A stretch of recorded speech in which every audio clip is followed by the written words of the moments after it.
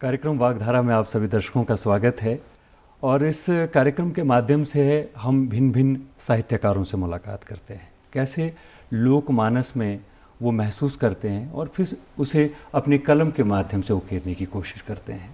बहुत सी बातें वो अनुभूत करते हैं, वो अनुभव जो है बहुत लंबे समय का अनुभव जो है, उसके बाद वो एक कलम के माध्यम से उस किताब के अंदर उन बातों को पिरोने की कोशिश करते हैं। आज के इस कार्यक्रम का विषय है साहित्य में लोक संस्कृति। इस विषय पर बातचीत करने के लिए आज हमारे साथ हैं एक उपन्यासकार, कथाकार, पत्रकार सुरेश शांडिल्य, जो कि राज्य ब्यूरो प्रमुख हैं अमर उजाला में, और इनका बहुत बड़ा अनुभव है पत्रकारिता का और लगभग 20 वर्षों से जो है पत्रकारिता में ये काम कर रहे हैं। सुरेश शांडिल्य जी, आपका वागधारा कार्यक्रम में स्वागत है। धन्यवाद आपका।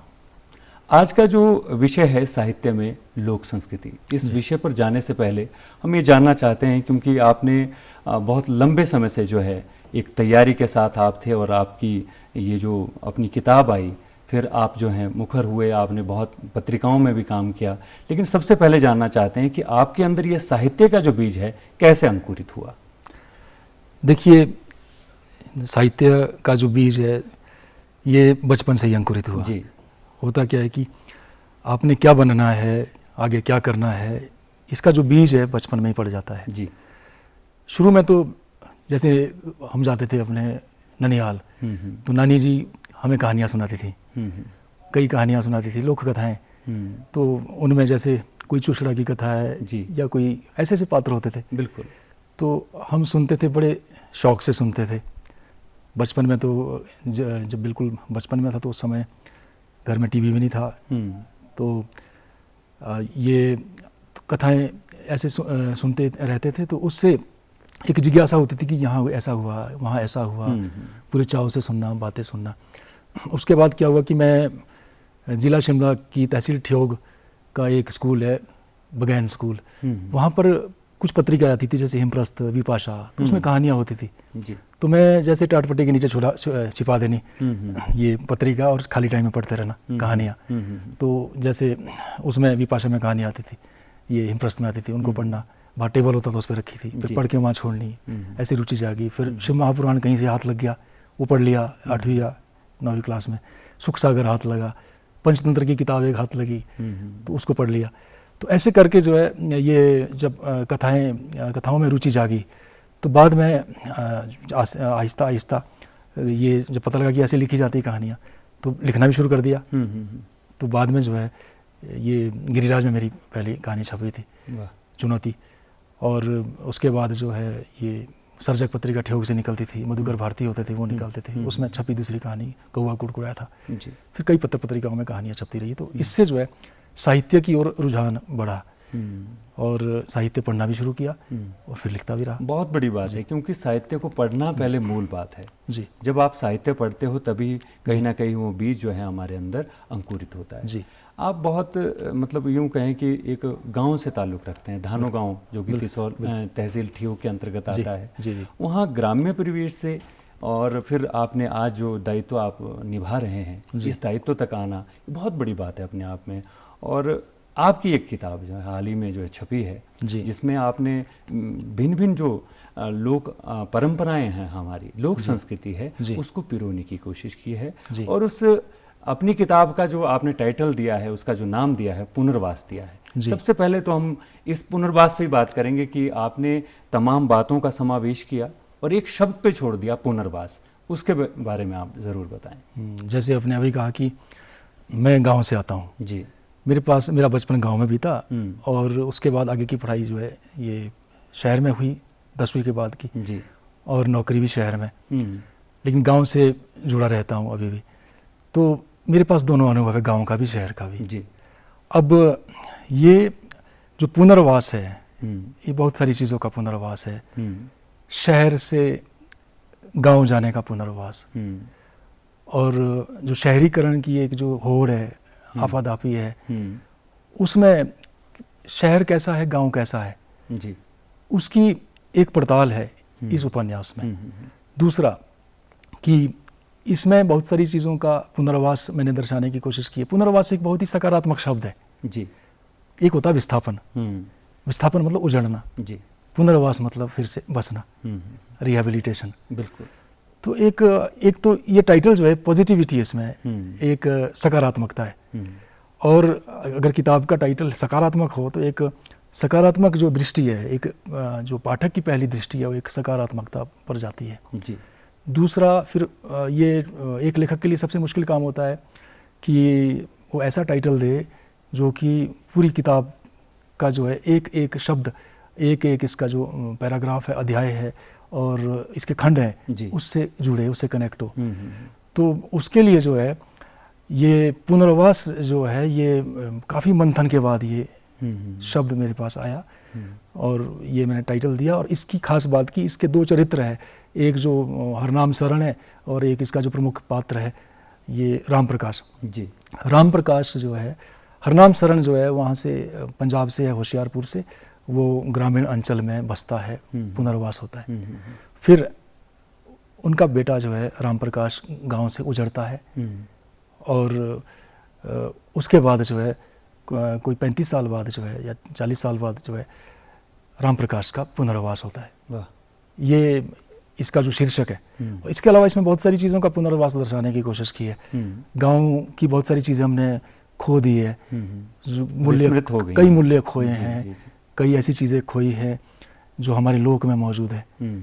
वो उनका पुनर्वास या उनके पुनर्वास का आह्वान है इस उपन्यास में। वाह जी, बहुत बड़ी बात है क्योंकि आपने अपने आप अपने शब्दों में कहा कि पुनर्वास जो है एक सकारात्मक भाव को बनाता है जी। और आपने इस छोटी सी किताब के अंदर यानी अपने उपन्यास में जो है आपने गागर में सागर वाली बात कही है। जहाँ तक मुझे इस किताब के बारे में पता है तो मैं आपके माध्यम से जानना चाहता हूँ या तमाम हमारे दर्शक भी जानना चाहते होंगे कि लोक जीवन के किन किन बिंदुओं को आपने इसमें समाहित किया है, क्योंकि साहित्य में लोक संस्कृति आज का विषय है। हम यही जानना चाहते हैं कि ये जो साहित्य है इसमें लोक संस्कृति अपना क्या मूल्य बनाती है और किन किन बिंदुओं को आपने छूने की कोशिश की। जी, सबसे पहले तो साहित्य पर तो बहुत लिखा गया है कि साहित्य क्या है, साहित्य किसे कहते हैं, बहुत किताबें हैं इस पर जी।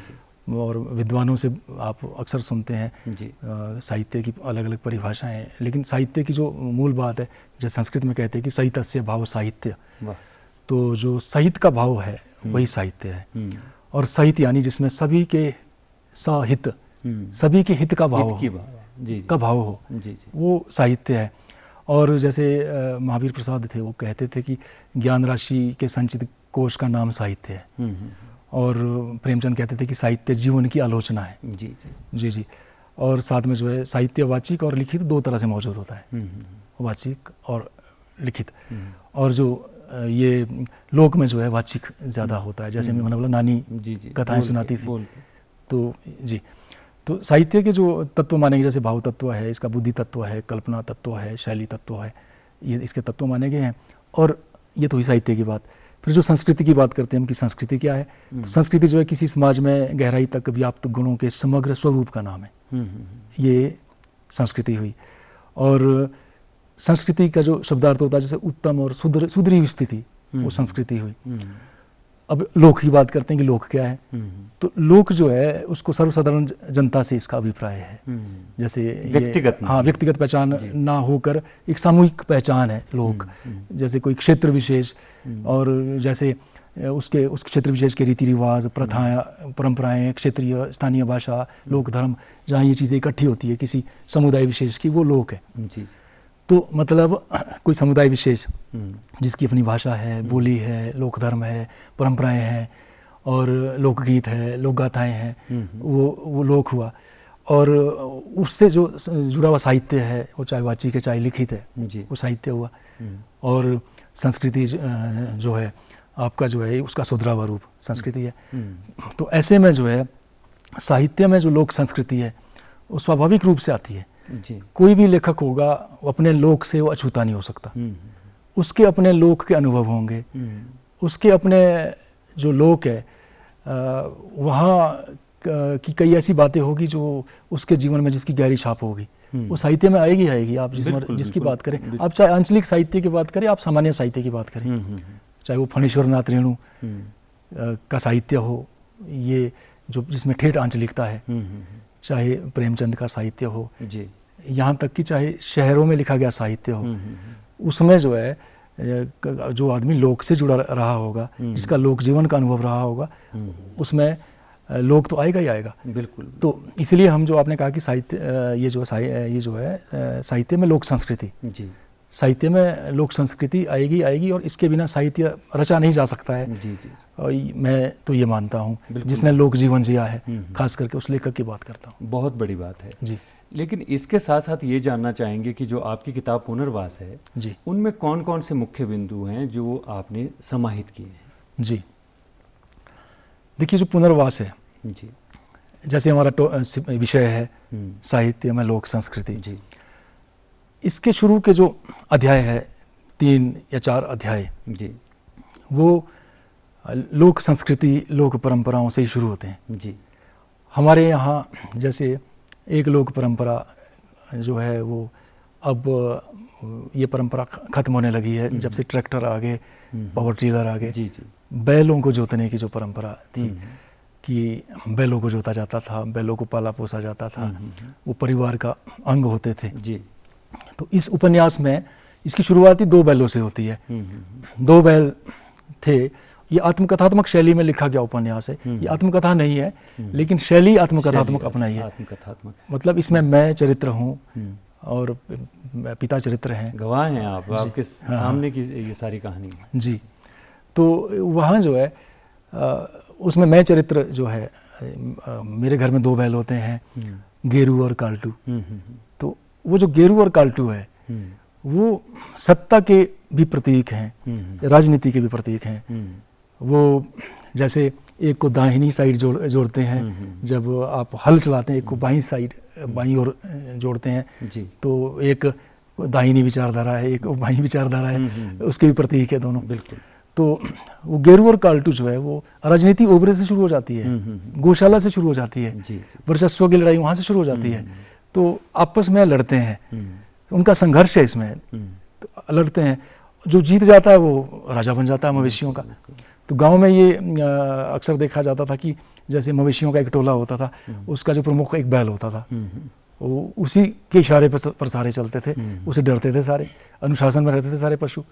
और दूसरा इसमें मैंने जिक्र किया उपन्यास में, हमारे पशु जो थे वो इतने हमारे साथ आत्मीयता थी, उनका संवाद था। जैसे गाय को बोलते थे हम कि ये जैसे बोलेंगे कि काल्टी गाय का नाम था कि और एक काल्टी, तो काल्टी हमारी और आती थी, घर के ऊपर घासने में चल रही है, घास चल रही है, उसको हाँक से जो है हट जाती थी, हाँक से जैसे किसी सीमा पे जा रही है, किसी का घास ना चरे। हमारे जो पशु थे, मवेशी थे, इतने हम शिक्षित थे या इतने ट्रेंड थे, संवेदना, इतने संवेदना थी, और हमारा इतना उनके साथ कम्युनिकेशन था। ये लोक संस्कृति के तत्व इसमें आए हैं। जी जी। इस उपन्यास में शुरू में ही आए हैं। हमारे जैसे कोई भी पशु होते थे, बिल्ली को भी वो बोलेंगे तो बिल्ली नज़दीक आ जाती है, कुत्ते को भी जो है बुलाने का तरीका है, घोड़े को जो है हाँकने का तरीका है। एक संवाद पशुओं के साथ होता था। तो पुनर्वास का जो शुरुआत है, इसमें पशुओं से संवाद, उस चीज़ की शुरुआत होती है। लोक संस्कृति का इसमें एक परिचय है। और वो 2 बैल जो है ये राजनीति के भी प्रतीक है, एक वर्चस्व के भी प्रतीक है। तो ये इस तरह से मैंने लोक को इसमें लेने की कोशिश की है। इस उपन्यास में शुरू से इसमें आ जाता है। बिल्कुल। इसके बाद आपने एक परिवार की बात की कि वो परिवार जो है पंजाब से जो है इधर हिमाचल में, ये आपने जिक्र करा है, इसके खंड में जितने भी खंड आपके इसके हैं किताब में जी, तो उनको भी यहाँ वो एडजस्ट हुए, फिर उन्होंने यहाँ की थोड़ी बहुत जो, जब किसी गांव में जाते हैं वहाँ की अपनी अपनी परंपराएं होती हैं, उन परंपराओं का भी उन्होंने जो है वहाँ की परंपराओं को सीखा, वहाँ की बोली को सीखा। तो उनके पास भी एक चैलेंज था, तो शायद ये भी बात आपने की है उसमें। जी, दरअसल जैसे शुरू में ही बात हुई कि एक इसमें पुनर्वास होता है। जी, बहुत सारी चीज़ों का इसमें पुनर्वास है। और इसका जो कहानी शुरू होती है, शुरुआत तो इसकी जैसे बैलों की कथा से शुरू होती है। जी जी, शुरुआत होती है इसकी। इसका जो एक चरित्र है जी, उस चरित्र का नाम है ये हरनाम शरण। इसमें मैंने काल्पनिक चरित्र रचा है, हालांकि वो किसी चरित्र से ही प्रेरित है। तो वो लोक निर्माण विभाग जो था उस समय का, जो आज का जल शक्ति विभाग है, जो इससे पहले आईपीएस विभाग था, ये लोक निर्माण विभाग का हिस्सा होता था, उसका एक कर्मचारी था, फिटर था। वो फिटर वहाँ नौकरी करता था उस ग्राम्य परिवेश में। इसमें परिवेश लिया गया है, खास करके जो ठियोग और कोटखाई के आसपास का इलाका है, वो परिवेश इसमें लिया गया है इस कथा में। हालांकि इसका परिवेश रोडू तक जाता है और कॉफ़ी हाउस में इसका एंड होता है। अच्छा। इस उपन्यास का इंडियन कॉफ़ी हाउस में। इसके बहुत सारे अंश मैंने कॉफ़ी हाउस में भी लिखे। अच्छा। बैठे बैठे सुबह सुबह। तो हरनाम शरण जो है वो होशियारपुर से थे, वो वहाँ रिहेबिलिटेट हुए, वहाँ शादी की, एक परित्यक्त एक महिला से विवाह किया और वहाँ बसे, और वहाँ उन्होंने वहाँ का संस्कृति, वहाँ की माटी में रचे बसे, और वहाँ की भाषा, बोली और दूसरी चीज़ें सीखने का प्रयास किया, बोली बोलने की कोशिश करते थे। तो ये लोक का खिंचाव देखिए आप, ये जो हमारी लोक संस्कृति है। और अक्सर कुछ वो कहते थे वहाँ की पहाड़ी भाषा में। हाँ जी, इसमें जिक्र है। जैसे वो एक बात बोलते थे, इसमें जिक्र आता है कि आऊँ परदेसी माच सैनी बात, मतलब ये बात दोहराते थे बार बार कि मैं परदेसी आदमी हूँ, और वो बात नहीं है। जी जी, ये पहाड़ी में इसमें जिक्र किया है मैंने, पहाड़ी के शब्दों का जिक्र किया है। पहाड़ी के शब्द इसमें आए, अनायास तरीके से आए हैं। इसमें भर्तरी का भी जिक्र आता है। बिल्कुल, भर्तरी का भी जिक्र है। और उस एक पद पर तो बहुत बड़ी बात हुई, और उसका ही आपने मुख्य रूप से इंगित किया है कि वो हमारे इस पूरे जीवन का भी आधार उस बात पर रहता है, पुनर्वास का भी शायद उस पर है। दरअसल इस उपन्यास का जो प्रमुख पात्र है राम प्रकाश जी, वो जब छोटा बच्चा था तो उसकी माँ जो है लोक गाथा गाती थी भर्तरी हरि की। हमारे यहाँ भर्तड़ी कहा जाता है भर्तरी हरि को लोक में। मैंने भर्तड़ी इसमें लिखा है जी, लिखा है। भर्तरी का भी, भर्तरी हरि भी आता है रेफरेंस में। भर्तड़ी का जो अंतरा गाते हैं, भर्तरी हरि को जो गाने की यहाँ परंपरा रही है, लंबा गाया जाता था उनकी जो कथा है उसको लोक में। तो उसमें उरु दो से इतोरिया बोरता बेराजिया कथा मारे गेरो दिना जी, ये जो अंतरा है लोक गाथा का, ये इसमें बार बार आता है। और ये हमारे जीवन का भी सार है। ये इसका जो अर्थ है वो ये है कि जैसे हमारे यहाँ जैसे गायन की परंपरा रही है, हम गाते हैं तो क्योंकि लंबा गाना होता है, लंबा गाते गाते फिर विस्मृत हो जाता है, बीच में भूल जाते हैं। जी जी। तो गाने वाले भूल जाएंगे तो बीच में एक टेक देते हैं इस अंतरे का, कि ताकि तब तक रिकॉल करे अगली जो लाइन्स हैं, अगली पंक्तियाँ हैं। ये ओरोदो से इतोरिया बोरता वेराजिया कथा हमारे गिरोदिन आजी, कि हे यहाँ के राजा भरत, अब तू ही बता कि ये कथा, इस कथा की लय हमारी समझ में नहीं आ रही है। कि हे यहाँ के राजा भरत, कि अब तू ही बता, इस कथा की लय हमारी समझ में नहीं आ रही है, मेरी समझ में नहीं आ रही है। प्रार्थना कर रहे हैं, उसी को रिकॉल कर रहे हैं कैरेक्टर को। लोक गाथा में ना देखिए आपकी भर्तरी को रिकॉल कर रहे हैं कि हे भर्तरी को या राजा भरत को। अब ये भी खैर इसमें एक मत है कि ये राजा भरत की बात होती है इसमें, राजा भरत जो थे, या वो भर्तरी की बात, राजा भर्तरी की बात होती है। उर्दू से तो भरता आता है, भर्तरी नहीं आता। मतलब कहीं ना कहीं लोक संगीत जो हमारा है, जीवंत लोक संगीत, जिसको आज वो विस्मृत होता जा रहा है, आपने उसको भी समेटने की कोशिश की। हाँ, उसका भी मैंने प्रयास किया इसमें। बल्कि मैं ये प्रयास करूँगा कि इसका ये दूसरा सीक्वल आएगा एक जी, इसका दूसरा सीक्वल आएगा। उसमें वो चरित्र जो एक चरित्र इसमें है जो भर्तरी हल्का फुल्का जो है वो सांकेतिक रूप से बीच में आता है। एक बच्चा है, उस बचपन से ही वो दाढ़ी मूंछ लगाता है, साधु बनने का उसका शौक है। फिर आखिर में जो है वो ये लापता हो जाता है और लोग मानते हैं कि वो साधु बन गया। तो कहीं जैसे भर्तरी हमारे लोक में गाया जाता है कि भर्तरी की कथा से प्रभावित होके या कुछ ऐसा हो कि वो अगले उपन्यास में जो जब भी आएगा मैं सीक्वल उसमें खोलने का प्रयास करूँगा। आपने सुरेश जी, आपने एक चिंता इसमें दर्ज करी है कि जो हमारी लोक परंपराएं हैं वो बदल रही हैं, उनको भूलते जा रहे हैं लोग, तो वो भी एक चिंता आपने स्पष्ट की है, उसको भी आप बताएं। हाँ, ये बात भी है। देखिए, हर कालखंड जो होता है जी, वो अपनी तरह का होता है। तो इसमें 35 साल का कालखंड है इस उपन्यास में। 35 साल से भी ज़्यादा होगा। 35 साल पहले हमारे पहाड़ कैसे थे और आज जो है वो कैसे हैं जी, क्या क्या बदला है। आज वो गेरू और काल्टू तो दिखते नहीं है, आज तो सेब का बगीचे लग गए हैं। आज तो ये जो है पावर टीलर है या पावर वीडर है, उससे काम चल रहे हैं। हमने खो दिए। आज वो देसी नस्ल की जो हमारे पास गायें थी या हमारे जो ये गाय बैल थे जो हमारी हाँक सुनते थे, हमारे साथ कम्युनिकेट करते थे, वो है नहीं कहीं जी। और हमारे आज हम जो है जैसे विदेशी नस्ल के हमारे पास जैसे जर्सी नस्ल है, वो तो उनको तो समझ नहीं आता कोई हाँक दे रहा है जी। हमने वो खोया है, वो संवाद खोया हमने, पशुओं से संवाद, मवेशियों से संवाद। हमारा एक कम्युनिकेशन था, पशुओं से भी कम्युनिकेशन था हमारा। बिल्कुल। वो बोल नहीं सकते थे लेकिन कम्युनिकेट करते थे, हमारे बात वो हमने खोई, वो परंपरा हमने खोई है। गांव में मैं देखता हूँ पहले पशुओं के रास्ते होते थे घासनों में, ऐसे ऐसे ऐसे, वो रास्ते खत्म हो गए। हाँ, वो हमने खोए हैं। और उसमें पशु चलते थे, जैसे उसमें गोबर गिरता था, कई चीज़ें गिरती थी और घास भी बड़ा अच्छा उगता था, उसमें खाद होती थी। आज घास भी वैसा नहीं उग रहा जी।